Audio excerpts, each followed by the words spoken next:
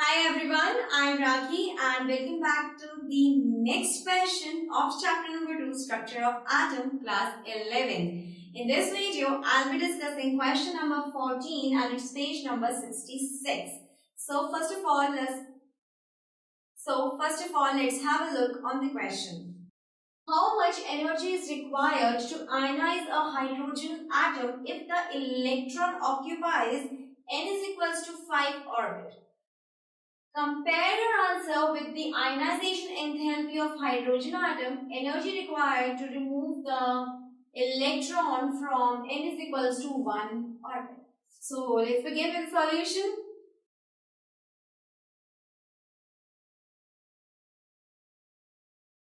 Now, expression of energy is given by the relation, बताओ कौन सी relation से, En is equals to minus 2.18 into 10 raised to power minus 80 z square upon में n square. ठीक है, z क्या है? Atomic number of an atom. ठीक है, और n क्या है? Principal quantum number. ठीक है, z is atomic number of an atom और n क्या है? प्रिंसिपल क्वांटम नंबर है. तो let's begin now. See, for ionisation of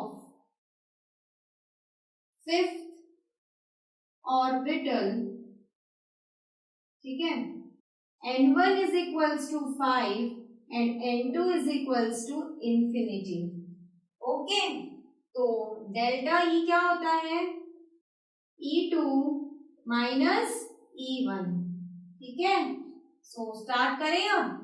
minus 2.18 into 10 raise to power minus 18 1 upon, यहाँ क्या आएगा? कोई कुछ बताएगा मुझे भाई? n2 का स्क्वायर माइनस 1 अपॉन n1 का स्क्वायर.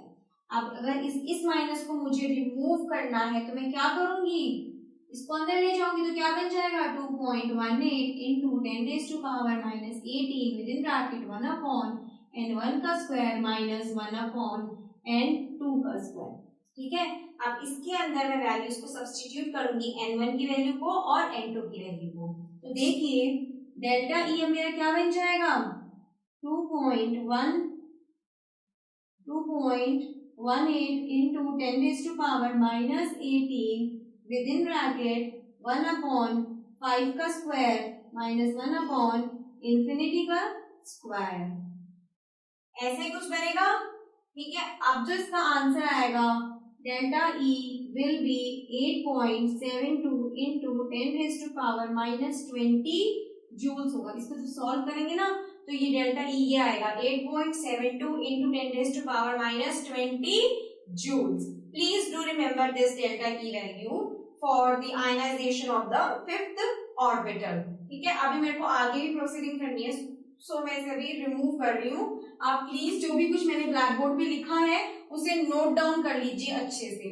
ठीक है, मुझे लगता नहीं है कि नोट डाउन में आपको प्रॉब्लम होगी बिकॉज मैंने बहुत क्लियरली सब कुछ मेंशन अप किया हुआ है यहाँ पर. ठीक है, so I am proceeding further on now. I am removing all of these things. ठीक है,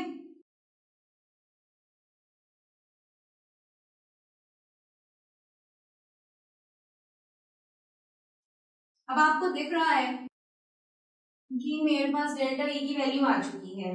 मैंने क्या निकाला था? For ionisation of fifth orbital, उसका डेल्टा ई की वैल्यू आई 8.72 10 raised to minus 20 joules. अब मैं निकालूंगी for ionisation of first orbital, जिसमें n1 क्या होगा? 1 होगा और n2 क्या होगा? इंफिनिटी होगा। तो अगर मैं सब वैल्यू डेल्टा ई डैश निकालती हूँ यहाँ पर, डेल्टा ई डैश में क्या आएगा, वही E2 माइनस E1 डैश ऐसे आएगा। तो कैसे होगा इसके अंदर 2.18 into 10⁻⁻18 with in bracket 1/n1 का स्क्वायर माइनस 1/n2 का स्क्वायर हो जाएगा। इसके अंदर जब मैं सब्सटीट्यूट करूंगी n1 और n2 की वैल्यू तो आंसर होगा ये 2.18 इंटू 10⁻⁻18 1/1 का स्क्वायर माइनस 1/इंफिनिटी का स्क्वायर। तो आंसर इस केस में आ जाएगा 2.18 इंटू 10⁻⁻18 जूल। तो delta E dash when we were doing ionization of first orbital it becomes this। तो मेरे पास डेल्टा ई जब मैंने आयनाइजेशन फॉर फिफ्थ ऑर्बिटल किया था उसकी वैल्यू है 8.72 into 10⁻⁻20 जूल्स, और जब मैंने डेल्टा ई डैश निकाला तब for the ionisation of first orbital तो उसकी वैल्यू आई है 2.18 into 10⁻⁻18 जूल्स।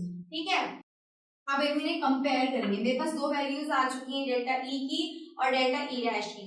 तो अब देखिए delta E dash divided by delta E करती हूँ, मैं कंपेयर कर रही हूँ। तो डेल्टा ई डैश की वैल्यू क्या है 2.18 इंटू 10⁻⁻18 जूल्स, और डेल्टा ई की वैल्यू क्या है मेरे पास में 8.72 इंटू 10⁻⁻20 जूल्स। तो इसका आंसर आएगा 25। That means delta E dash upon में delta E is equals to 25। तो इससे ये जो मेरा मैं एक बार रब करती हूँ और आपको फिर अच्छे से और एक्सप्लेन करके आई हूँ, आपने सब कुछ लिख लिया होगा ना। तो आप देखिए एक बार,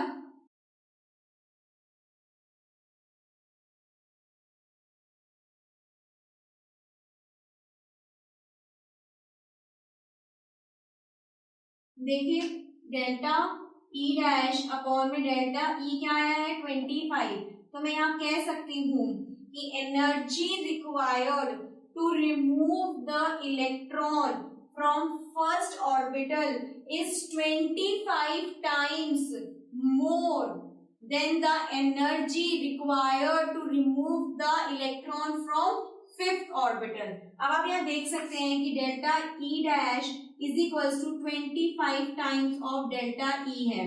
कहने का मतलब यहाँ पर ये है कि अगर हम इलेक्ट्रॉन फर्स्ट ऑर्बिटल में से निकालते हैं तो हमें 25 टाइम्स ज्यादा एनर्जी चाहिए कंपैरिजन टू द एनर्जी जो हमें चाहिए इलेक्ट्रॉन को निकालने में फ्रॉम फिफ्थ ऑर्बिटल। तो सपोज अगर फिफ्थ ऑर्बिटल को निकालने में हमें 1 जूल की एनर्जी रिक्वायर हो रही है, अगर फिफ्थ ऑर्बिटल में जो इलेक्ट्रॉन है उसको निकालने में, उस इलेक्ट्रॉन को निकालने में अगर हमारी जो एनर्जी यूज हो रही है 1 जूल है, तो ध्यान रखिएगा जो हमारा इलेक्ट्रॉन फर्स्ट ऑर्बिटल में है उसको उस इलेक्ट्रॉन को उस ऑर्बिटल में से निकालने के लिए we need the 25 joule of energy. कहने का मतलब यहाँ पर ये है कि जब हम जो एनर्जी यूज होगी वो फर्स्ट ऑर्बिटल के इलेक्ट्रॉन को निकालने में सबसे ज्यादा यूज होगी कंपैरिजन टू द इलेक्ट्रॉन जो प्रेजेंट है फिफ्थ ऑर्बिटल में। ठीक है, तो इस वाली स्टेटमेंट से आप पता लगा सकते हैं कि energy required to remove the electron from first orbital is 25 times more than the energy required to remove the electron from fifth orbital. ठीक है, अब आई फील कि इसका जो सॉल्यूशन है इस क्वेश्चन का आपको बहुत अच्छे से समझ में आ गया होगा, लेकिन फिर भी किसी भी स्टूडेंट को कोई भी डाउट हो, चाहे छोटी से छोटी डाउट हो, please do ask your doubts in the space given below and also do watch the next video for the next question of this chapter. Well, this brings me to the end of the session and it's me Raki saying you all goodbye.